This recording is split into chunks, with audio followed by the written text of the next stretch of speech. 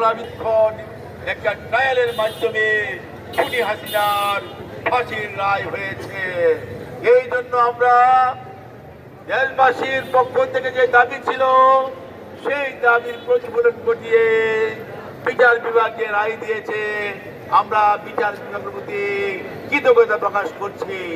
সাথে সাথে প্রত্যেকটা খুনি হাসিনার দোষরকে যে মামলা হয়েছে সেই মামলা দ্রুত ট্রায়ালে নিয়ে এবং নিরপেক্ষ বিচারের মাধ্যমে তাদেরকেও দৃষ্টান্তমূলক শাস্তি দেওয়ার জন্য আমরা বিচার বিভাগকে জোর দাবি জানাচ্ছি।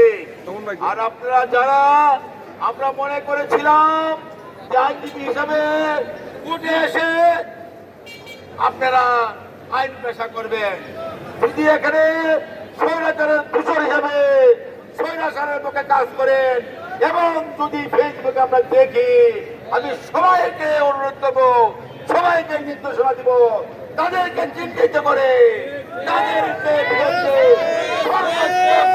ব্যবস্থা গ্রহণ করা হবে। তাই সাবধান হয়ে যান, নতুবা আপনাদেরকেও স্বৈরাচারের দোষর হিসেবে ভবিষ্যতে মামলার ভিতরে ঢুকিয়ে দিয়ে কিন্তু ওই হাসিনার বাক্যবরণ আপনাদেরকে করতে হবে। আমরা সুচার আছি, আমাদের আন্দোলন থেমে থাকে নাই। আগামী ফেব্রুয়ারি মাসে আমাদের নির্বাচন।